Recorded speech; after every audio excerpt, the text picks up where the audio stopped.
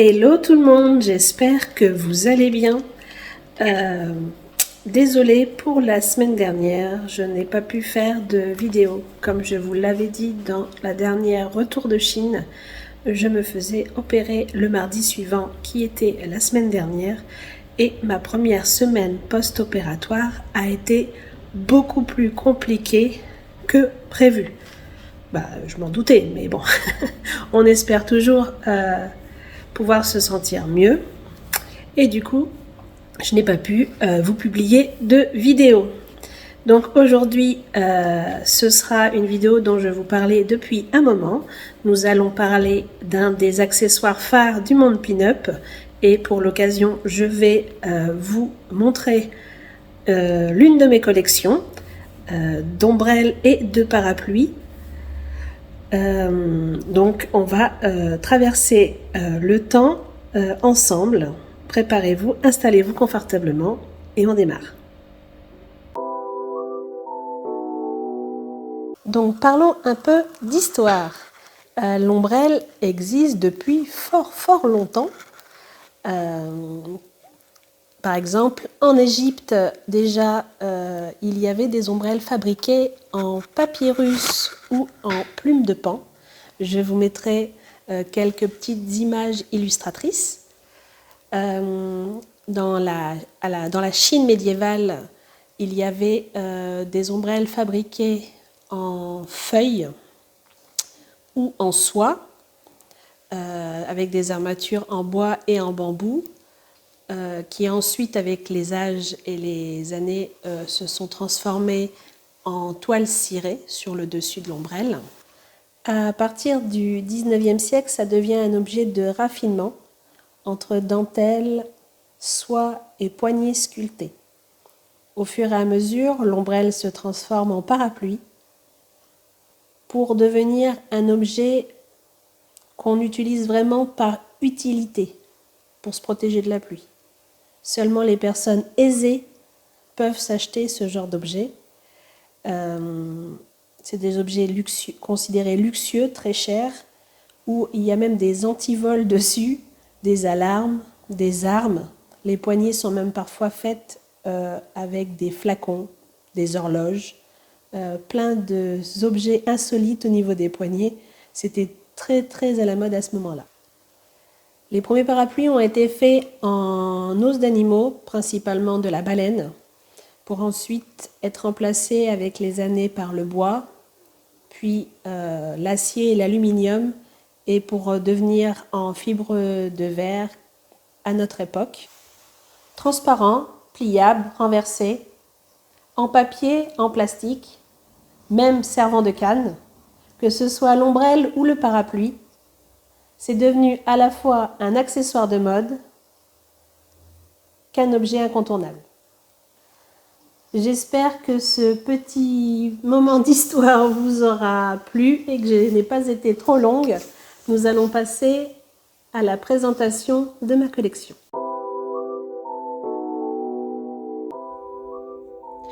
Je vais maintenant vous montrer quelques pièces de ma collection qui vont des années 40 à ce jour.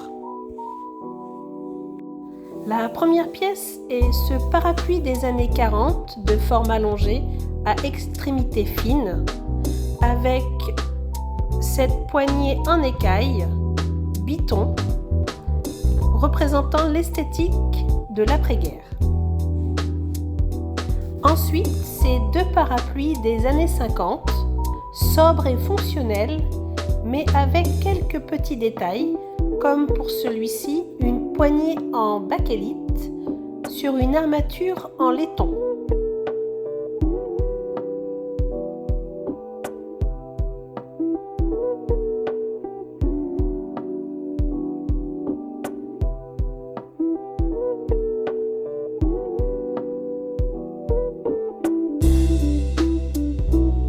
Le second, quant à lui, a une poignée recouverte de cuir.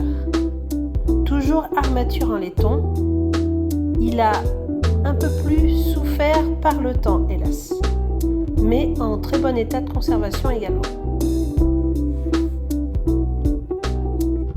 C'était des modèles de ville élégants pour les hommes et les femmes actives dans les 50s.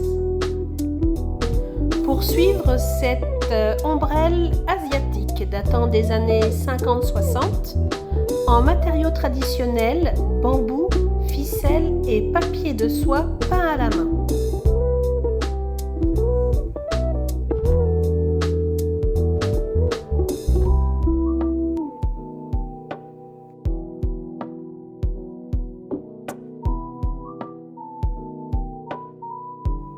Les deux parapluies suivants sont des parapluies des années 60-70 avec des poignées fines texturées dorées. C'était la poignée signature de l'époque. C'est à partir de cette période où le parapluie est vraiment devenu un accessoire de mode, souvent assorti au sac à main, comme pour ce joli beige qui avait une chaînette pour le garder plié.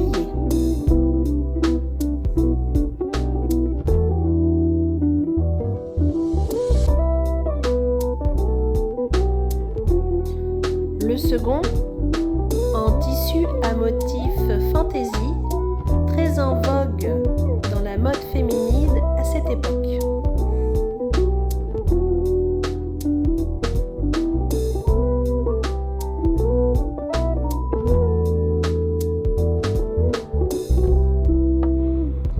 Pour cette ombrelle, on change de décennie.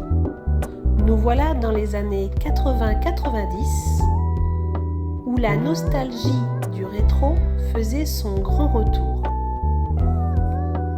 Son long manche et sa dentelle blanche nous rappellent les mariages et bals populaires inspirés de la période Belle Époque.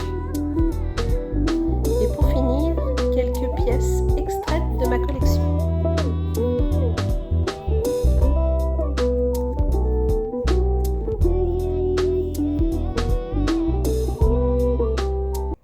Voilà les amis, nous arrivons à la fin de cette vidéo. C'est un format tout nouveau pour moi. Les voix off, c'est une première fois. J'ai inclus des interpages. J'espère que ce type de vidéo vous aura plu. Je vais faire un gros effort sur le réglage du son pour essayer que ce soit convenable à vos petites oreilles. Et la semaine prochaine, normalement, ce sera une vidéo, la partie 2 du bullet journal. J'ai déjà commencé un petit planning pour les vidéos du mois de juin. Et je pense qu'au fil des vidéos, je vais vous parler un peu plus de moi et de mes autres, de toutes mes autres collections. Aujourd'hui, nous étions dans mon salon. Parce que, comme vous le savez, depuis quelques semaines, mon atelier est en bazar pour les créations de mariage de ma petite sœur. Du coup, je me suis dit autant m'installer dans un endroit un peu plus lumineux. Je vous aurai emmené partout avec moi dans toutes les pièces de la maison. Donc, je compte sur vous pour le petit like, pour l'abonnement si vous voulez voir mes prochaines vidéos. Et on se retrouve à bientôt. Salut!